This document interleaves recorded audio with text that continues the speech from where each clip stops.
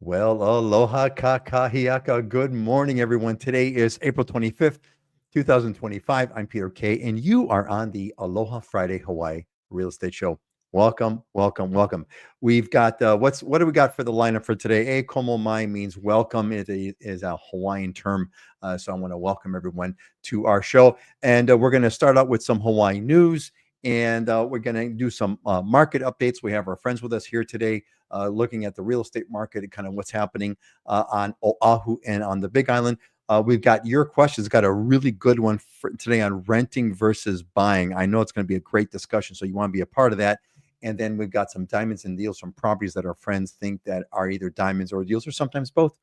And then we're going to close up with some motivational thoughts. But the first thing we have to do is we have to warm up the internets.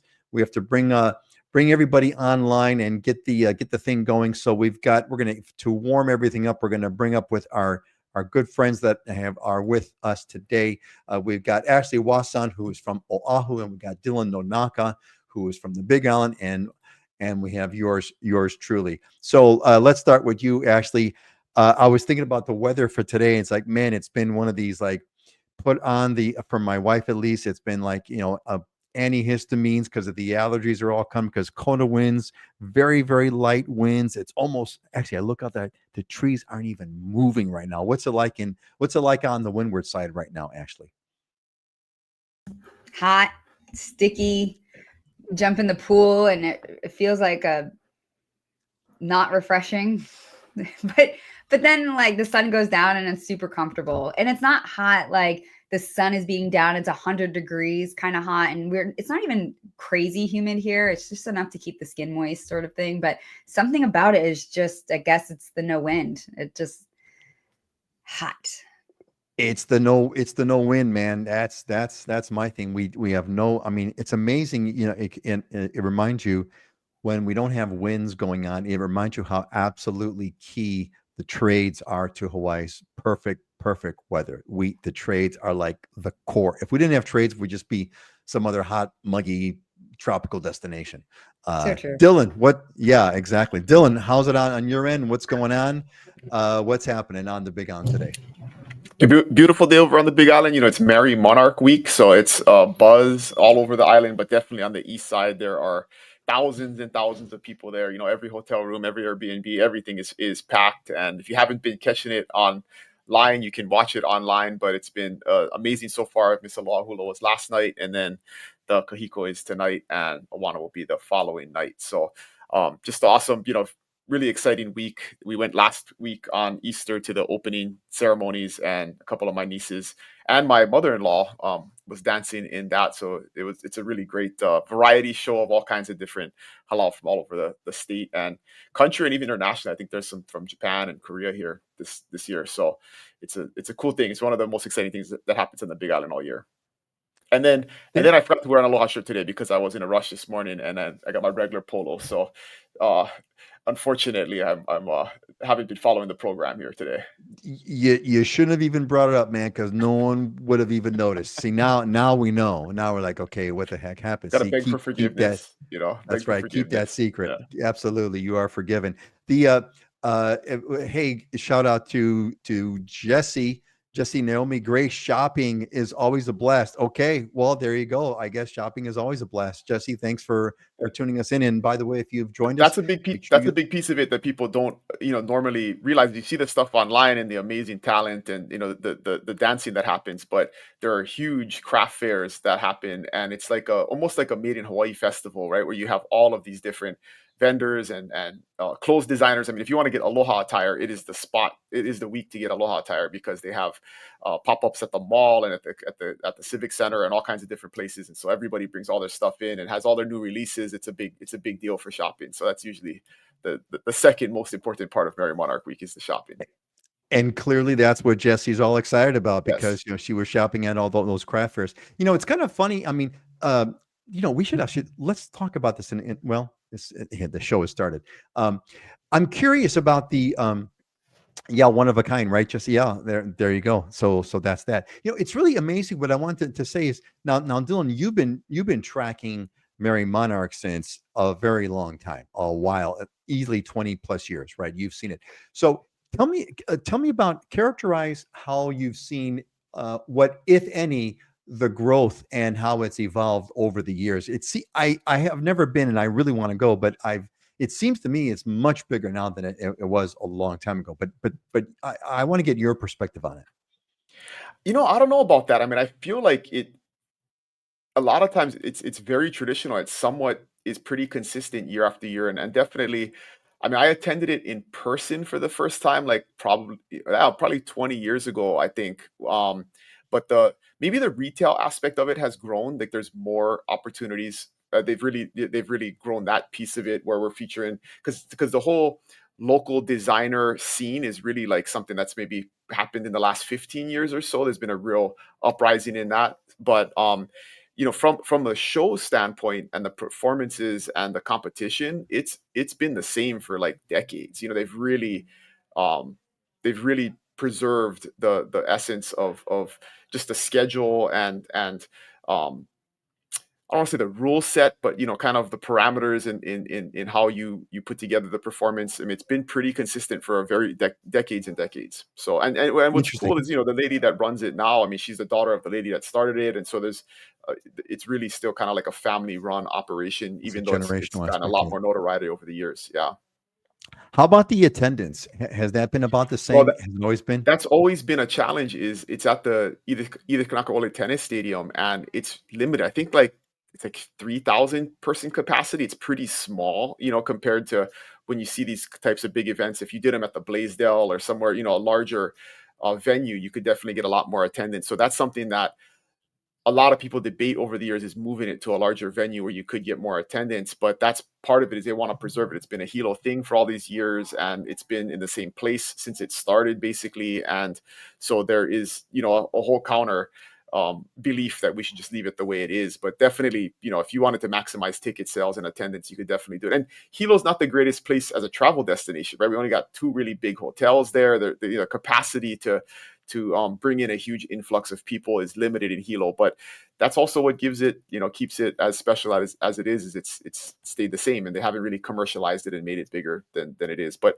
the cool thing is the internet. That's been the big change. Is before you literally had to either attend it in Yeah. person or you had to have local TV, right? Like K5 or whatever would put it on local TV, but now it's online. And I mean, the reach, millions of people can see it now versus, thousands before. So that's been definitely a big change over the years. That is a super good point. That's interesting. Some interesting elements over there. I'd love to be a fly on the wall to kind of hear the ideas that they've bounced around to kind of see how they could expand it while keeping it on the big island, if that's even possible. Because you're right, so many things so much of the infrastructure is limiting. But cool. It's a great tradition. And Awesome. funny story from this past weekend is we're sitting in the audience and we're watching, and there's these 2 ladies walking up and down with a sign that says "Need Mary Monarch tickets," right? Like they're like Oh, how beggars, right? funny. But and Oh so God. and my son's like, "What are they doing? Like, why are they doing that?" And I'm like, "Well, because you gotta like apply, you gotta like it's like a lottery to get tickets, right? You send in like a request like months before, I think 6 months before, and then they kind of pull a lottery, and if you get lucky, you get like only 2 tickets. So it's a really big deal. If you get to go to see it in person, it's a really big deal, and it's not even Sure. guaranteed. So Sure.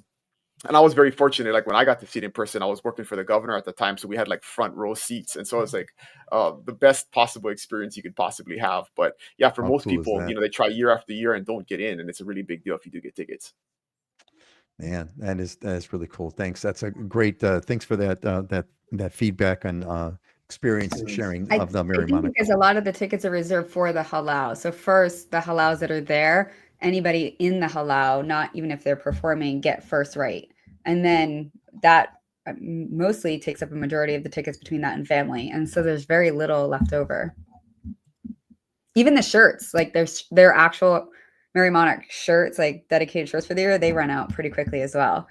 So I know that's something my other half just really, really wanted and he can never get. We finally got him this year, but he was all proud when it started last night. He made us all stand in front of the TV with the shirts. That's awesome. That's totally cool. Totally cool. It's quite a one of the certainly, if not the one of the biggest cultural events of the year for Hawaii. If not the definitive, it has grown to be, if not the definitive events. All right. Well, let's say hi to a few of our friends. There's Monica. Hey, Monica, welcome back. Aloha from Kailua Kona. Can you believe we're almost at the end of April? I know, right? That is, that is one of the funny things about being in business is that the month means a lot, right? The end of the month means a lot because you got billing, you've got invoices, you got payments and all that kind of stuff. And so it is remarkable. And you know what, Monica, it just speeds up as you get older. I don't know if it's good news or bad news. It just goes faster. It just goes faster. And Stefan is with us. Stefan Boye, welcome. First time comment, I think, if I'm not mistaken, Stefan. Aloha from Salt Lake City, Utah. Hope you're all doing well. We are doing well, and we're even doing better because you're here with us. Seriously. Hey, everybody, if you've just joined us, make sure you let us know that you're here. Pop a comment just like Stefan just did, and Monica and Jesse. Give us a shout out. Let us know where you're from. We'd like to know. All right, let's. I got a couple things. Just going to be the three of us. Oh, by the way, everyone, in case you're wondering, Heidi is not with us today, but she will be back at the next show. She's out on a trip. I got some news. I'm going to kind of go through it quick because it's just the three of us, and maybe we'll kind of go back and forth in some topics. But let's pop into some news over here that you're hopefully will find interesting. So Hawaii, we're sinking to a new low, and what I mean by that is interesting. There are stories now that parts of Hawaii are sinking and some more than others. For example, like some parts of like Waikiki seems to be sinking faster than other places. And this is going to be an interesting thing. I want to talk about it with you guys on this because the islands shrinking and sinking is a fact of geological life for millions of years. And I think it's going to be interesting to kind of see how we're going to kind of deal with that. It's nothing new. We should not be surprised by that at all. It's not an environmental crisis. It's part of the way the islands work. Spearing for your health. So there's a story out there, spearfishing. So if you want to get healthy, start spearfishing. And so there was a story about how they did some kind of surveys and some kind of research, and they're finding that folks that do spearfishing, it's a healthier lifestyle. Unsurprisingly, right? If you're out in the ocean and you're swimming and you're fishing with a spear, you got to dive, you got to swim, you got to chase after fish. So we have the experts telling us the obvious, which is spearfishing is good for your health. We talked about Mary Monarch. I'm going to skip that one right now. Lahaina, there's an interesting. Here's another thing that maybe for us to discuss about Lahaina cultural. What they say is a cultural crack is coming. So over here, what I mean by this is that there's a movement going on right now where there's people that want to rebuild their homes in Lahaina because Lahaina is still, I think it's been cleared out. It's ready. It's at the point, I believe, where homes can be reconstructed, is my understanding of it. And there's a lot of people who are getting pushback on building the home that they had because of environmental issues. So it's going to be an interesting battle going on, and that's kind of quite interesting. And then finally, abandoned car problems. Dylan, I want to talk to you about this too, because man, there was a story here. Let's see if I could get it there. Boy, I'm just like we're just like all over the place today, aren't we? Look at that. Man, I am a mess. I can't even get this thing to work right. All right. Anyway, there's a story about I'll pull this up, Dylan. So there was an interesting story. Okay, now I got it. So the here we go. Look at this, Dylan. This is the junk Hawaiian Ocean View Estates. The story on Civil Beat is there's cars.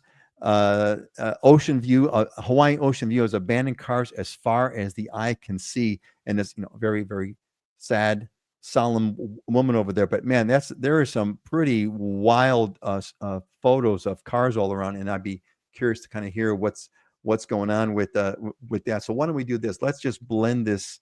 Let's blend this in. And I've lost my way over here. Let's do our market update. And then when we do the market update, we could talk about all the stuff that I brought up. You guys want to chat about. So Dylan, why don't you start? Give us the update for what's going on the Big Island. And I'd love to hear what is the explanation for Hawaiian Ocean View Estates and why it's got all that stuff. But real quick, Dylan, excuse me, before we do that, I want to give an aloha from Kentucky to Tech Tatrish. Hope I got that one right. And then Ocean View needs help. Yeah, sure does. Sure does. So Dylan, give us the update on what's happening on the Big Island and let us know. I'd be curious if you want to comment about it, about Hawaiian Ocean View Estates. Yeah, so the just a quick headline for market update on the Big Island is we're at 345 sales right now, month to date. So we got about a week left in the month, and that's gonna put us at about the same number of sales as we had last month when the month ends, which is a good thing. And I talked about last time on the show, last month was the highest number of sales that we had in the last 7 months, and so looks like the uptick is a little bit of a trend, but that's also counteracted with there's a lot more inventory. We're at the highest number of homes and pieces of land on the market that we've had since I think it was October of 2020. So we are definitely back to a very balanced market. It's like 6 months of inventory on pretty much all types of property right now on the Big Island, which is a good thing for buyers and sellers, because if a market's balanced, that means nobody has an advantage, and we're back to a place where both parties can get a deal that they feel like is fair. So onto Ocean View. So Ocean View, all of that is true.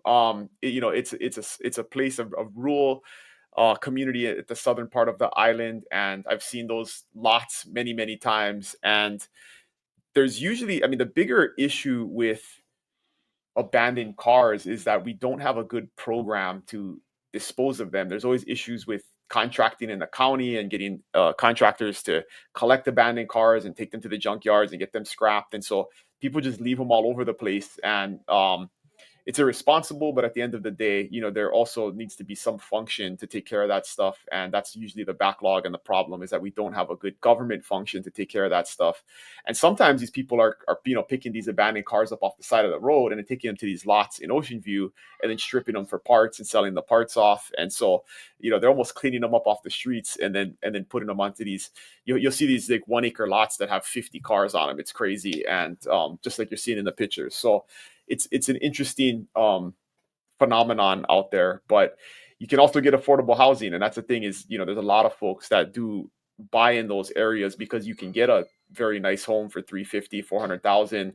But then you may have a junkyard, very close by that is not sanctioned or official. But yeah, it's been a thing for years. Not a new thing. I mean, it's not breaking news. Right. I mean, it's been that way for 20 years out there. So that's interesting. I was really kind of curious, and you touched on it. Is there's always sort of an economic incentive one way or another, and I think what you've touched on and what I'm catching is that because there is no good easy way to dispose of cars on the Big Island, these cars have got to go somewhere. They got to go somewhere, and they're going to go to like the easiest place.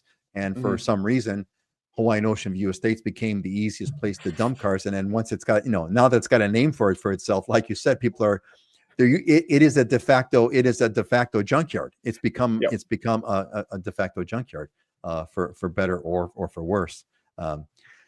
Well, we wish them well. But it's also an exception, not the rule. I mean, there's thousands of people that live out there. There's plenty of normal community members that live out there. There's plenty of nice homes out there. You just have, one-offs here and there of these collections of junk cars that are on these lots. So, yeah, that is a shame. But yeah, so that's good to know. I'd be curious to kind of have a broader perspective of.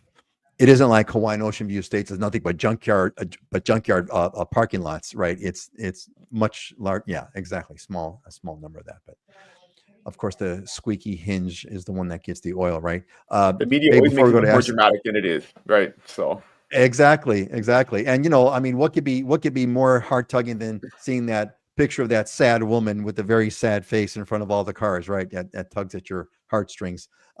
So before we tug for more heartstrings, we're going to say hi to Rich. Aloha from Minnesota. Hey, welcome back, Rich. Good to see you. Thanks for being with us. If you've joined our show, give us a shout out. Throw something in the comments. We'd like to know where you're from. It's always fun. Ashley, give us the update. What's happening on Oahu? We are currently month to date at 507 sales, so a bit more than Big Island. In comparison to last year, it's 100 sales less than this same month to date in 2024. Compare it to 2019 before COVID, it is 180 sales less than month to date in 2019. The interesting thing, though, is the percentages of single family homes to townhomes, and that is roughly the same. It's like roughly 40%, give or take a couple percent for single family homes, 60% ish for condos. for 2019, 2024, and 2025. So I thought that was an interesting statistic because we have been discussing how condos had sort of suffered, and we saw that sort of question mark last year at the beginning of the year with condos due to maintenance fees and everything. But consistently speaking right now, it's on par with our historic market. Interesting. Okay, so again, the relative stability of the Hawaiian real estate market it continues to show itself. It'll be interesting to kind of see how we have less sales, but the prices are still went up. So prices are stable. The days on market are actually a little less right now than it was this time last year. I'm sorry, a little bit higher than this time last year, but a little less than at the beginning of the year. Prices are still gone up slightly. Condos are the same, but single family homes have gone up from this time last year as well. But you're just seeing less sales. So about 100 less sales from last year, 180 from 2019 pre-COVID, but prices have stayed the same or has still gone up. Interesting. So I'm curious, have you, what just popped in my head as you mentioned that, despite the fact that there's the volume of sales has gone down, the price have maintained and gone up a little, if anything, gone up a little bit. I'm curious, have either of you heard any rumblings? Excuse me, have heard any rumblings on the market forces as a result of this whole tariff uncertainty that's going on now, and like with the current news and things of that nature? If you folks have you guys caught anything about that whatsoever? Anything? Interest rates affected, volume affected, sales affected, anything? At the beginning of the month, in fact, I personally think we would have had more sales for this month to date if for the tariffs there was like a week and a half that the interest rate saw one of the worst spikes in volatility since around 2008, and then also the pandemic. So there was just this very short stunt, and you saw that in the stock market. You saw that across the global market, really. And so I think that just sort of stunted the housing market for like a week, maybe 10 days, and then all of a sudden everyone picked right back up where they left off and took running. So honestly, I think we probably would have had a stronger April because we had a stronger March. So yeah, it for a minute, but it bounced right back like the next week. Yeah, I think there's just so much. That's such the real estate market being affected is definitely going to lag big time. You know, the stock market almost reacts immediately to stuff like that. But I mean, for the cost of goods to go up and then the cost of construction to go up, and then I mean, like that stuff, I think we wouldn't see the effects in the real estate market till months later. But yeah, no immediate effects. But I totally agree with Ashley. I think people freaked out for a minute there because they didn't know what the heck was going to happen, and then it all went away, and then really went back to normal. So Got it. Interesting. Yeah. Well, cool. Glad to hear it. I was so quick and to the point with my market update. Dylan, I thought you'd be proud. I did it for you. I mean, I can go on for like another 3 minutes, easy. Yeah, no, hey, listen, and the thank you, Ashley. Yes, it is recognized, everyone, that Ashley is Ashley likes to kind of go into great detail. Let's charitably call about that way. So thank you for giving us just a headline, And speaking of just headlines, thanks, Trish. It's Talk to Trish. Okay, got it. I tried to pronounce that, but it's Trish. Thank you, Trish, for pointing that out. Good to know. Now I know it's Trish. Talk to Trish. Thank you. Well, Frank, I have a confession to make over here, Trish. My eyes are going bad, and I'm too stubborn to wear glasses. And so I'm looking at it. It's like it's kind of blurry, and I'm not exactly able to make it out. So I appreciate that. Yes. And we also have Jazz Word. That's cool.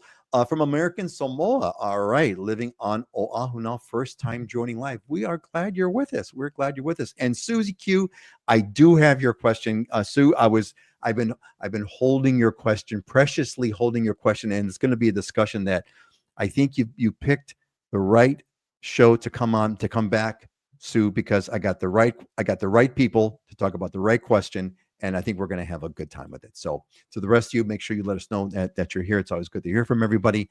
Let's do this. Why don't we, man, my mouse clicker is not what it used to be. Okay. Hey, let's do a quick station break over here. How did you get here? Did you get here through the newsletter? Did you get an invite? If you got an invite on the newsletter in your inbox to tell you about the show, and that's why you're here, great, you're in. If you did not, you want to get on to that. You want to get that newsletter. We got amazing articles that are being published every week about living in Hawaii and what it's all about. Fantastic. Of course, you're going to get the invite to the show. So you want to be a part of that. Just go to livinginhawaii.com. Thing is going to pop up, entering your email address. Of course, you're going to unsubscribe. You want to get on that. All right, great. So let's do this. So thank you, Sue. And that is really what the big part about the show here is that, I've got a lot of questions stacked up from people that have submitted them. We're ready to go. Your questions, the fact that you're here today with us live, like Jazz word is, you come first. So if you got a question, this is an Ask Us Anything show. You've got a priceless opportunity. You got someone who's from the Big Island and someone who lives on Oahu, experienced people. Talk about anything you want, ask us, and you get it first. So just want to kind of mention that. All right. So let's do Sue's question. Right? Is this yours, Sue? I think this is the one. So Sue says, I've been listening to a mainland YouTuber lately who recommends interviewing at least 3 agents before hiring anyone, whether buying or selling.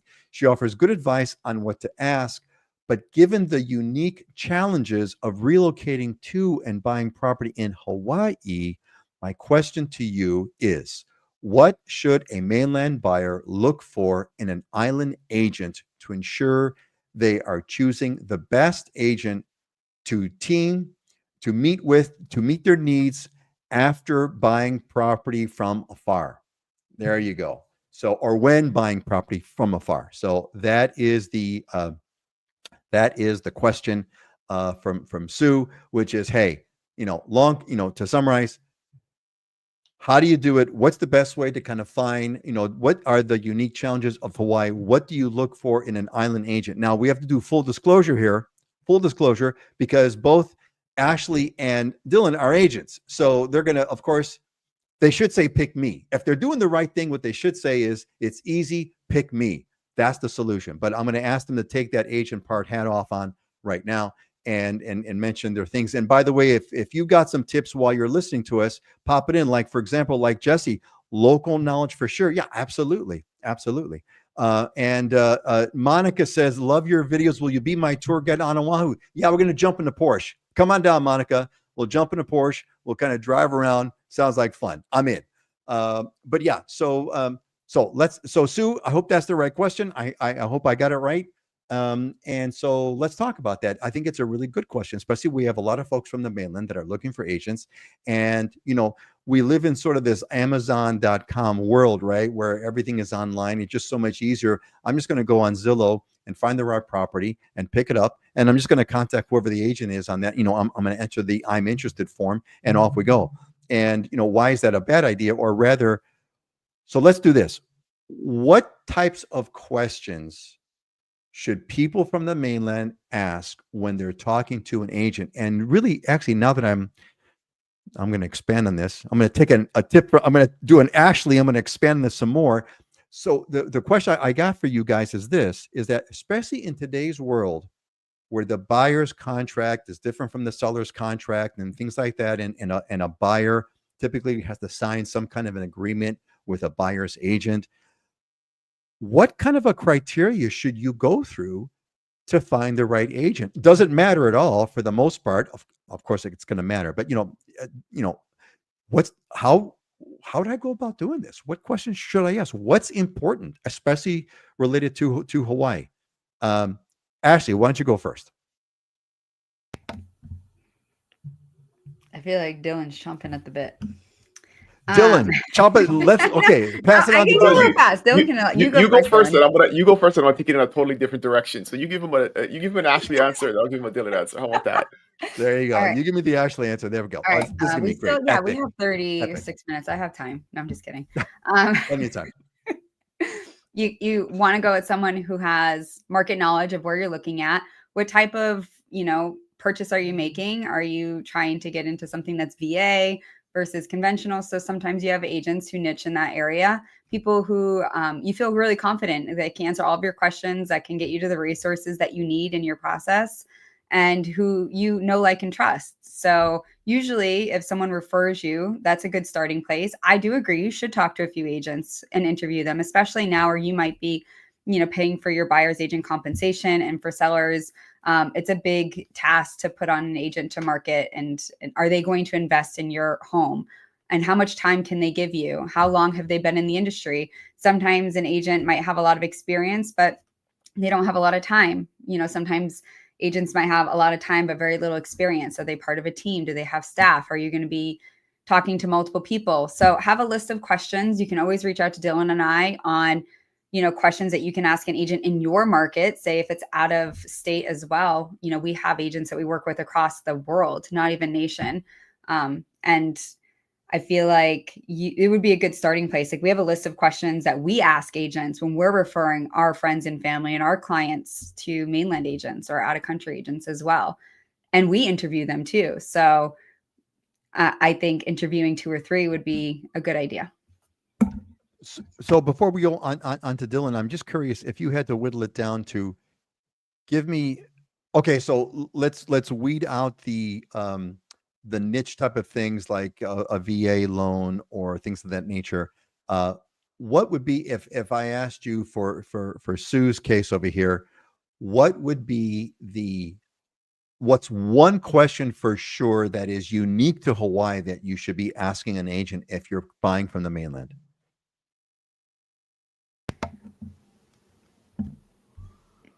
Let me answer this in a different way. I think you shed some light on Dylan, this. take it away.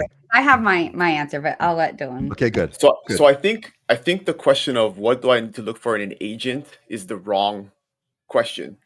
To me, the way the world is now, if you don't have a team working for you, then you're selling yourself short. And so, Ashley and I both have teams of agents that work with us, that help us, that have different expertise. And the advantage you have in the world today is you can work with a team, a real estate team versus a real estate agent. The way everybody kind of thinks about real estate is you work with one person that hopefully can cover all of your needs. And I can confidently say that there is nobody in the state that knows everything about real estate, or even on each island. Each island is so diverse. There's so many different areas. I've literally done thousands of transactions on a big island. I wouldn't consider myself an expert in every single area of the island, and every single niche you can find yourself in. And so, one of our value propositions in our business is that if you work with someone on our team, it's a team. And if that person isn't an expert in the area that you're looking, in the type of property that you're looking for, in the niche that you're looking for, we have someone that is, and we can help bring them in and provide that knowledge either through a consultation or through, co-representing you through a transaction. We have multiple brokers that have been doing this for a very long time, that have lots of expertise in solving problems and doing due diligence. And so I think it's a huge mistake if clients now are working with an individual agent that does absolutely everything themselves, and you're limiting yourself to their specific skill set, because there's no way that anybody has individually all of the things that you're going to need that can come up in a real estate transaction. And so that's something I would consider is, what type of operation are you working with, rather than like the individual agent, because every agent will fall short in some area, guaranteed. That's an interesting angle. That's a really good perspective there. What you're saying think is about that really think about this from every other professional perspective, right? Does your doctor do everything themselves? Does the law firm you work with, does the lawyer you work with do everything themselves? Does the CPA that you work with do everything? I mean, these people all have staffs and teams of people and people in different expertise. So if there's a tax area that you have that your CPA doesn't know about, I'm sure they have a partner in their firm or someone else that they can go to for advice. And so oddly, real estate has been the same for like the last 100 years, and it really has evolved in the last like 10 to 15 years. But the consumer hasn't totally caught up to that, and we don't do a good job of marketing that perspective. But it's definitely the only, one of the only really high value professions out there where people still do everything. They're the marketer, they're the lead call backer, they're the open houser, they're the property shower, they're the contract writer, they're the transaction coordinator. I mean, all kinds of different skill sets that no one individual can be good at. And that's normally why real estate agents fall short, is they're trying to do everything themselves instead of focusing in on what they're good at and what their strengths are. And then the client is underserved and they become unhappy. So there's a solution for that, but it's not working with an individual. That's a really good perspective. Is like it's not so much about a questions to ask an individual agent.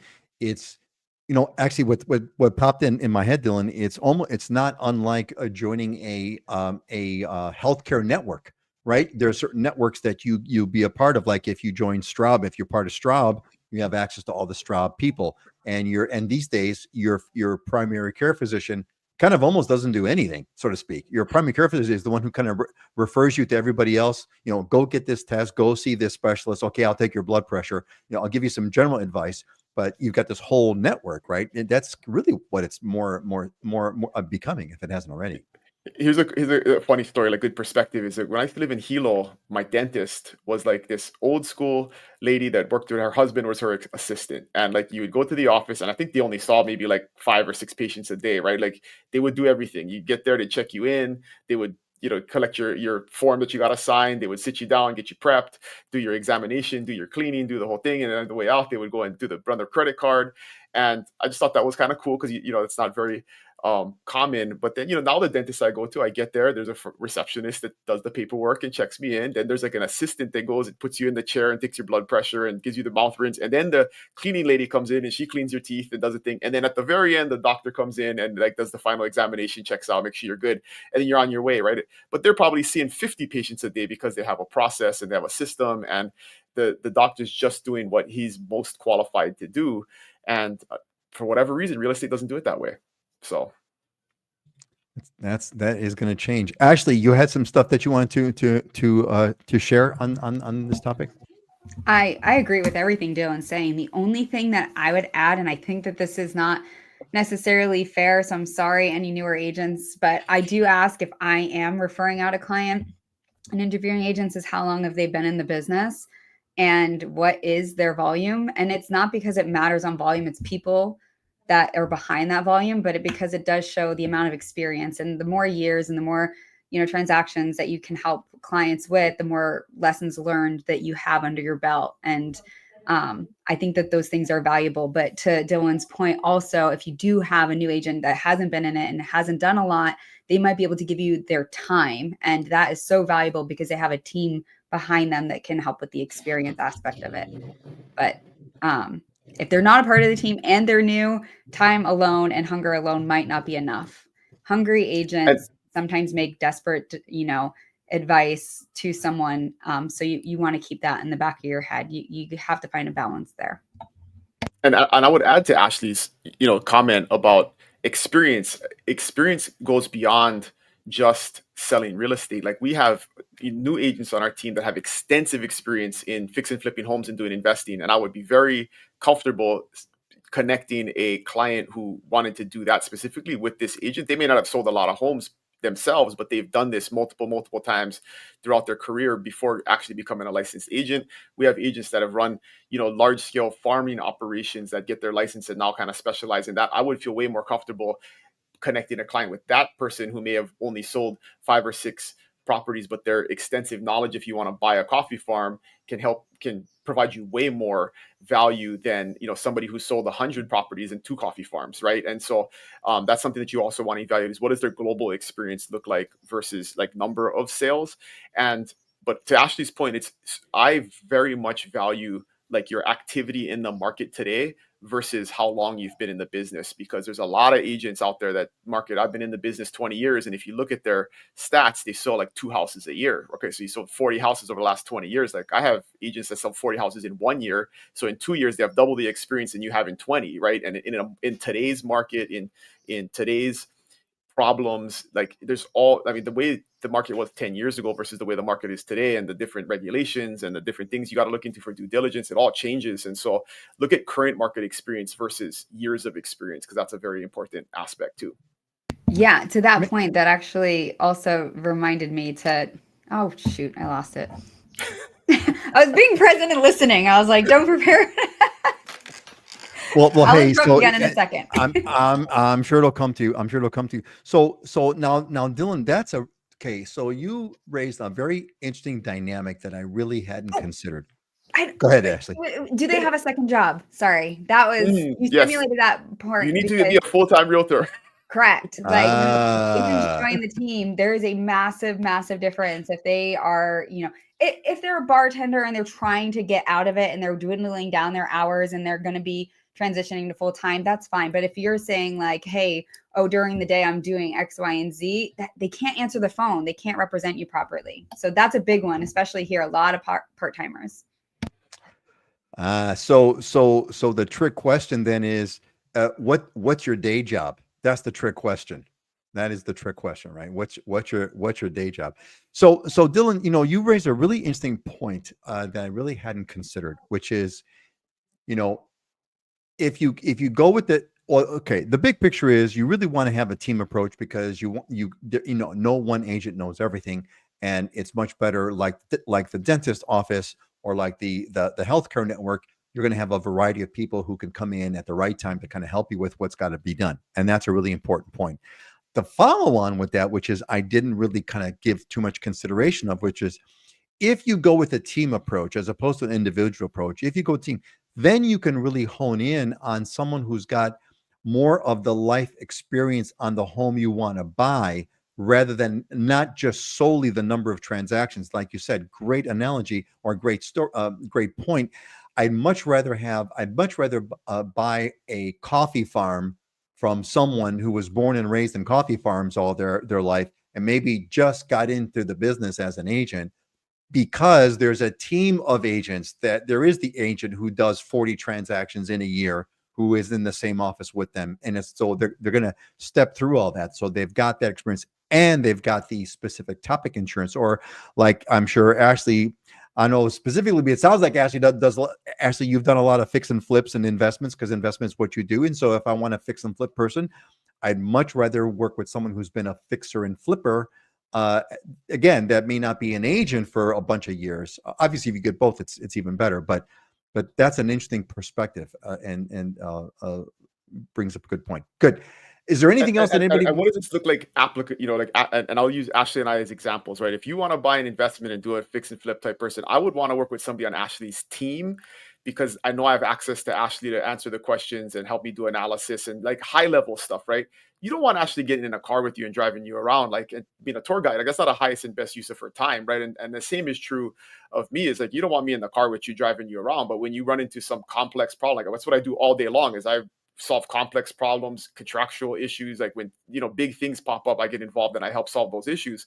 So it's really thinking about, you don't need that most experienced person like tour guiding you around. You need that most experienced person guiding you through the transaction when things get weird, or helping you make a decision between two different properties from an analysis standpoint after you've narrowed it down. So that's always, really what you want to think about is like, people think like, I gotta pick an agent and they're going to do absolutely everything for me, and that's really not the way to be best served. Don't go on a don't be the tour. Yeah, you don't have to. You don't have to have the most awesome tour guide, unless you're Monica, and Monica and I are going to go on a tour on Oahu when she comes over. That I'm going to be Monica's tour guide, right, Monica? Yeah, absolutely. Hey, so is there Sue? I know Sue said you had to take a call. Sue, I hope you don't miss out on the live opportunity here. Sue, if you have more questions, pop it in. Is Dylan or Ashley, is there anything you guys want to add on? Is there anything else that we need to talk about this topic that we haven't touched on as far as finding the right agent? Okay, The last thing I would add go to ahead. this, from a contractual Yeah. standpoint, you will have to sign a buyer broker agreement with an agent when you choose to start working with one and viewing properties.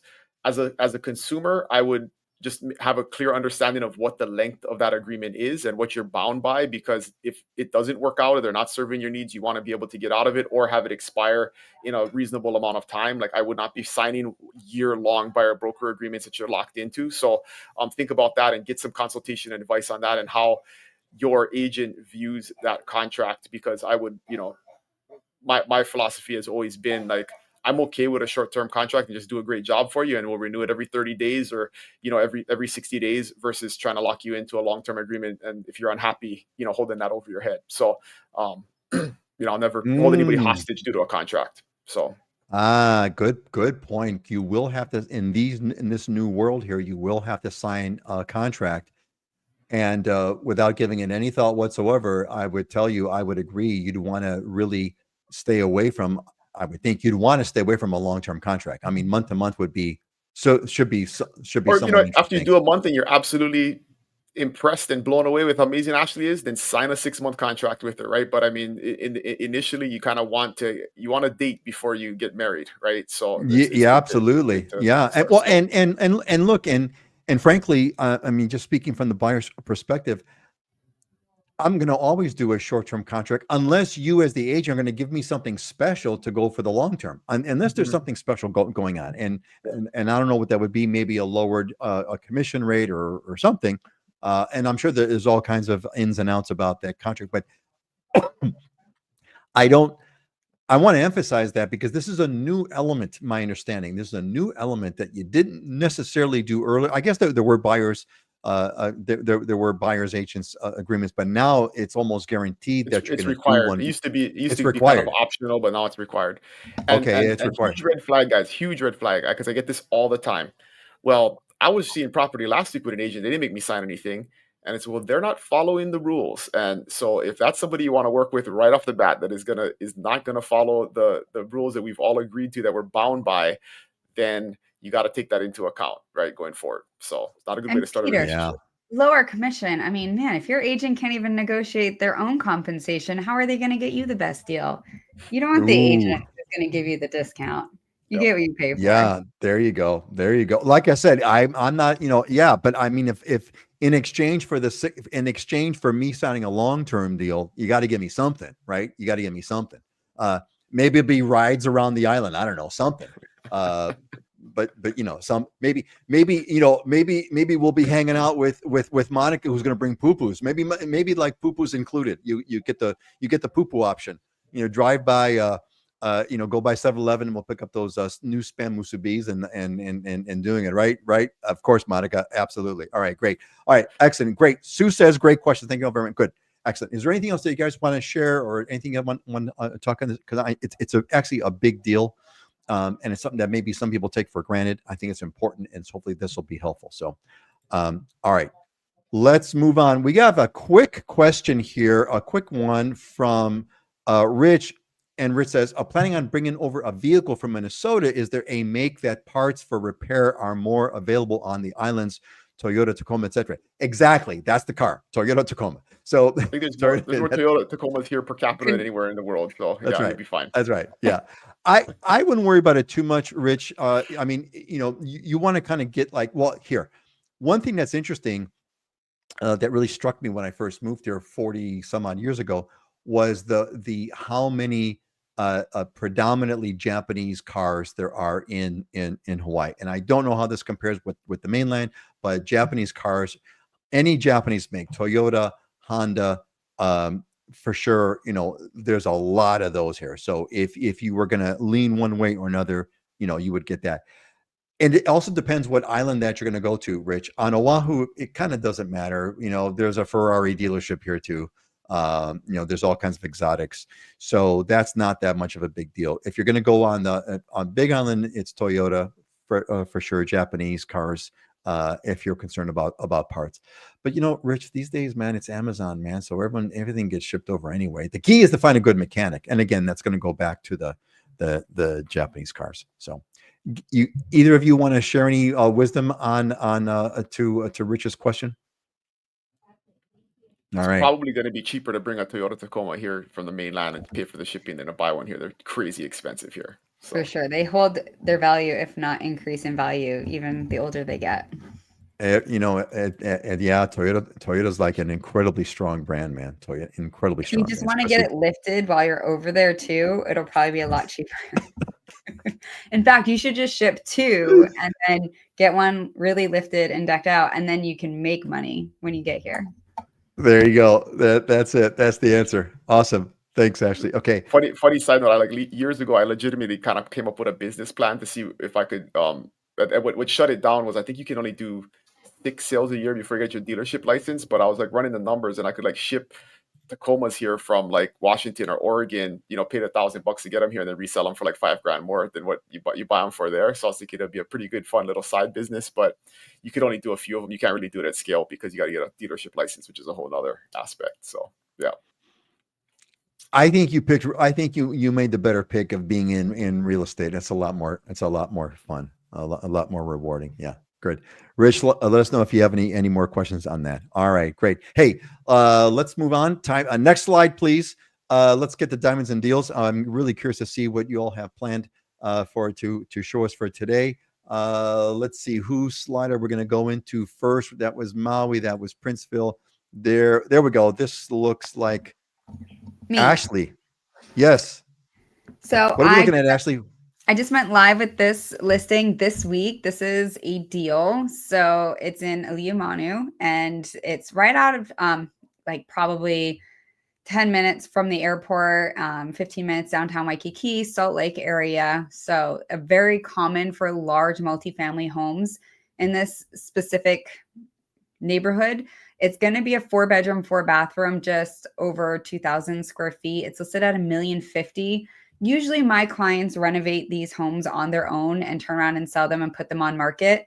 But they ended up just fixing the roof and the drywall to just put it back and see if there's families or other investors, because there's still enough meat on the bone for investors, but also just because big, large multifamily families are so common here, they thought that they could maybe put it back on traditional market as well. So this does have, like I said, some meat to turn around and flip it if someone wants to, but also it could just be great for a big family who's trying to get in at that $1 million level, which is very challenging to do in this area for this size home. It has a 2-car garage, lots of storage underneath the house. So easy to do plumbing and electrical. You can just climb right under it. I was going to say, this is a deal. I mean, at a million for a 4-bedroom, 4-bath, 2,300 square feet. Yeah. It does have 2 kitchens. It does also have another exit entrance off of the big primary. So there's a lot you could do with it. It's got a shed on in there as well that I think was used as a bedroom at one point. Not uncommon for the area. But if renovated, we were going to be putting it on market for under 1.4 million. So like I said, it's a great property for someone to get into if they are right at that cusp and price point. Yeah. Excellent. And while we're on that topic here, let's John Sword has popped in a question. Let's see if we can kind of hit this one. Any recommendations for a builder for a custom home in Waialua on Oahu, or what to look for in a builder? What to look for? That's a big question. But Ashley, you would why don't you just contact Ashley directly? Ashley, I'm assuming that you would, with your contacts, you would be able to easily recommend a builder in Waialua, I would think, right? Yeah, John, you can find me online, Ashley W, Ashley with an I, and I can get you a builder over there. I think she's got her Instagram right there on the screen. John, have a look at at Ashley's Instagram and reach out that way and get a hold of it. Right there. Yeah, other side. But anyway, it's okay. We're good. Yeah, there you go. That's it right there. No, it's all good. That's it. There you go. Now you got it. That's it. Cool. John, hope that helps. It's a big question, but get a hold of Ashley. She'll be able to help you out big time to find that. And you could ask her some additional questions as far as what you'd want to get to. All right. Next one up, Dylan. What are we looking at? Wow, Dylan, this is Dylan, what are we looking at here? So this is Pines Plaza, and this is a pretty cool, unique development here in Kona where it's a condo. It's technically a condo, but they're all little single-family homes. So they're all standalone, 2-bedroom, 2-bath. They have a garage. So it feels like a single-family home, but it's got a very small yard, but it's a condo. So everything exterior is maintained by the condominium association. So like your roof and your exterior walls and your yard and all of those things. So it's a really great option for like that, homeowner who doesn't really want to have to maintain a home, but wants the privacy and feeling of having their own individual home. And so this is a great deal. I mean, $649. It's one of the lowest ones listed in there right now. Beautifully renovated. The HOA is $880, which is pretty reasonable overall for HOAs in Kona, especially with the kind of complex this is, where you don't really have to do any exterior maintenance on the property. But yeah, great option. It's 1,040 square feet. It's a very spacious. It actually has a little tiny backyard. So that bottom picture there, you can see this little sitting area outside behind the unit where you can have a little garden if you want, or your dogs can be. And just a great option if that's the type of living you're looking for. And you can just lock the door and leave, and everything is okay if it's a second home. No vacation renting or short-term renting in the area. It's a residential kind of neighborhood. But Pines Plaza is like right. I mean, it's a 3-minute drive from downtown where Walmart is at and Target is at. So really convenient location, but just outside of town. So great option, but super deal, very affordable. So Dylan, explain to me this. I'm not understanding this thing about it. Says on one hand it's a single family home, but on the other hand it's like a condo. Would you explain that a little bit more? I didn't quite catch it. So they are condos, so they're a condo association, there's HOA, but it's not a high-rise building like you would think. They're all individual homes. So if you look at it, it looks like a single family home neighborhood because they're all individual units. And so it's not like a townhome.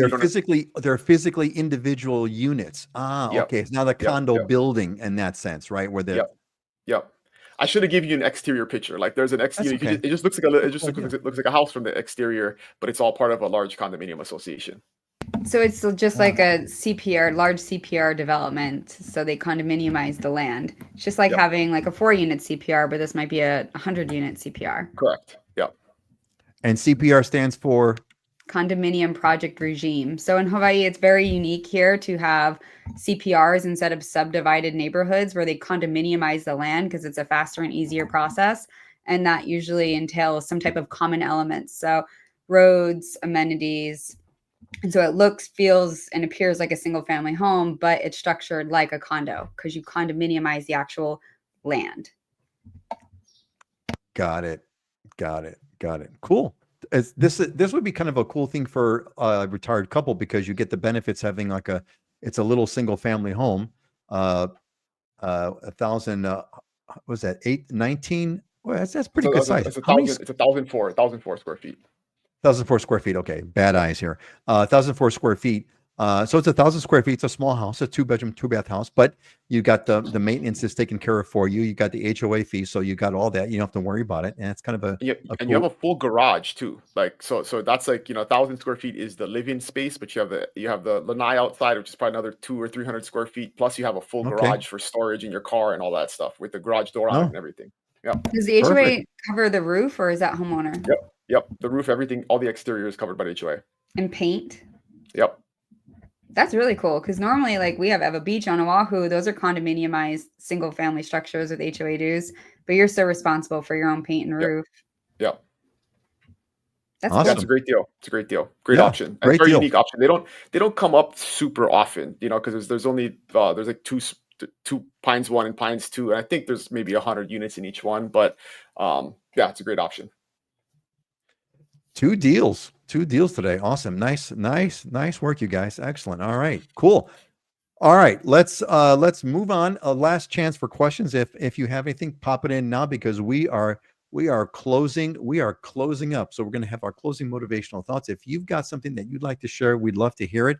Ashley, what's yours today, and what does it mean to you? My screen's too small. I can't read it. I can't read it either. It's okay. Other people and things can stop you temporarily. You're the one who can do it permanently. Don't let things stop you. Honestly, nothing is getting in your way but you. Things will happen in life. It's inevitable. But if you just keep moving forward, you can't fail. So if it's something you want bad enough, don't let anybody or anything stop you.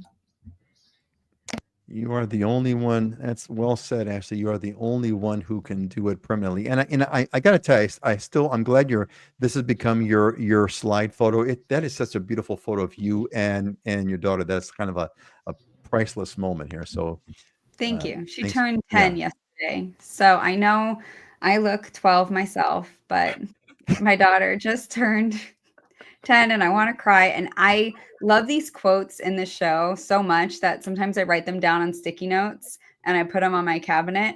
And last week, my daughter took them off the cabinet. I saw a bunch of them missing. And in her room, she stuck them in all the walls in her room.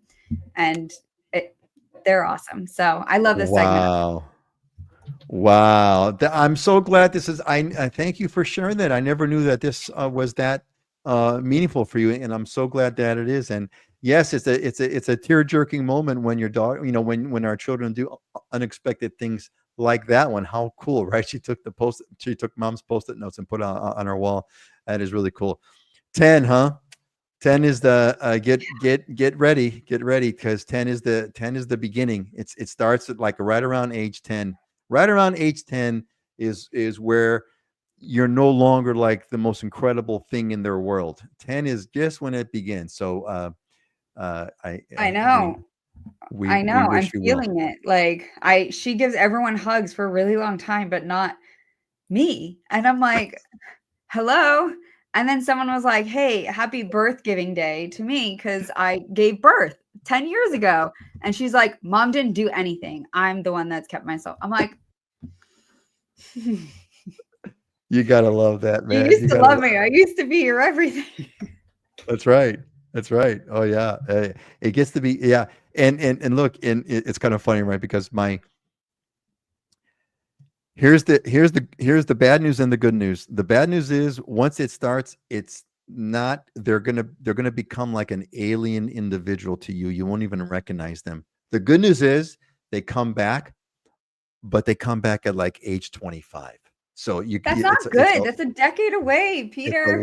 It's a long haul, man. Get ready for it. I'm just prepping you for it. I'm just prepping you for it. Keep those motivational thoughts coming because you're gonna need it. You're gonna need you are gonna need those motivational thoughts. Yeah, for sure. All right, Dylan, share us yours. Before I get into that, I was going to share because we're talking about the kids and motivational thoughts. And I'm a quote guy. I love quotes. I have quotes about everything. I'm always talking about this stuff. And my sons know it, and my younger son is really into it too. And I should have put his quote on here today because he gave me a great one. Once in a while, randomly, he'll come up from school. He's like, "Dad, I got a good one for you today." And I'm like, "What is it?" And he says, "Write your goals down in pen and your tactics down in pencil." And I was like, "That's good." So he'll come across this stuff on Ooh, Instagram or whatever. But that's a good I think one. it's powerful to teach kids to look for this stuff and the mindset around it and the wisdom that comes from it, because it's something that someone is lost in today's like entertainment culture, right? Of just looking for nuggets of wisdom that you can live by. And I have more than I could ever tell you about. So, and this is one of them that I love is, we go back to this slide, is that everything you want is just on the other side of fear. We have so much fear around everything, making big decisions, making big change. And really that's where everything that you want in life is just on the other side of it. So when fear faces you, just think is you have to want it. There's a great quote. Ashley and I were on at a conference together on Tuesday, and one of the speakers said, "You got to love your family more than you fear the thing that you need to do," or something. Something around those lines. Is like, I so said it's I was something going to take fearful. that one too, and I didn't. And I love that one. I looked at Dylan while we were listening to it. I was like, I'm using that one for Yeah, the it's show. good, really good. So, and Yeah, I'm like, especially in our business that's full of very uncomfortable situations and hard discussions and things that are not fun to do. People think realtors do fun stuff all day, and it's really not. Most of what we do is not pleasurable, and you just have to decide, do you love your family and what you can provide for them more than you fear doing the thing that is in front of you that needs to get done. So by the way, that event Dylan spoke at, and we had a whole massive room at the Sheraton in Waikiki. We had the CEO of our company, which is like 83,000 agents in 23 countries, come. We had a bunch of people fly in, and Dylan crushed it. Good job, Dylan. thank you. awesome. I wish I could have been there. That's awesome. Good for you. Good for you. Send Yeah, you the I YouTube mean, video, Peter. what's that? I'll send you the YouTube video. Yeah. Do that, please do that. Yeah, what's really cool about raising your children is that I think the fun part is that especially as they get older, they will take on your characteristics despite fighting it every step of the way when they were younger. They do become you, and they'll crack up about it. My older daughter says, Dad, I always thought, that this thing was stupid, that thing was stupid, and this thing was stupid, and now I'm doing all of it. And it's really funny and quite rewarding. There is some things about Proverbs about raising your children with the right in the right way, and they will remember it when they're older, and that is totally true. I feel like I made cool. too many mistakes. I got to go have another one, especially because my 10-year-old doesn't love me as much anymore. So I'm gonna start over. Have another one. Have Not another over. one. Hey, Continue. let me give you another perspective that's might be even harder actually is my older son has a girlfriend now, and my wife is not the most important female in his life, and she's having a very hard time dealing with that. So, That doesn't help me. That makes me want to go do it more. And I'm busy. And she Yeah. sat me down this morning. This is behind the scenes. She sat me down on the couch this morning with her smoothie, and she literally pat the couch. She's like, Mom, can I talk to you real quick? And I was like, yeah, we have like 7.5 minutes before we need to leave. She's like, when are we having that baby that you said? And I was like, she goes, are you still on birth control? And I was like, excuse me, like, what are what, you're 10 in a day? And all of a sudden, like, this is the conversations that you think is what? She's like, I'm not getting any younger. And like, I was looking for the sibling. And I'm like, oh my God. You're going to have a boyfriend. You're not going to want me anymore. Your wife is living it right now. And yeah, I don't know. So, Oh man, that is for the therapy a good session. one. That is a good one. That is a good one. Oh man, I feel like just closing the show. I shouldn't even I don't even need to do. We're done. Yeah, in fact, that's what we're gonna do. We're done. This is great. I'm gonna skip. I don't need to give my motivational thought. We're just gonna go into it. I'm just gonna say goodbye now. We're gonna see you in 2 weeks, folks. This has been a great show. Thank you all for attending. It's been absolutely fantastic. Great conversations, great stuff. Going to be in 2 weeks. I will not be hosting. Dylan will be hosting in 2 weeks. I will not be here. I'll be out of town and can't get a connection to the net. So, Dylan, thanks for doing that. See you folks in 2 weeks. Let's all say goodbye. Let's do Ashley and then Dylan, and then I'll say goodbye. Say goodbye. Have a good weekend. Aloha, everyone. have a good weekend, everybody. Aloha. Aloha, man. Have a great weekend. Have a great time, and we will see you in 2 weeks. Aloha.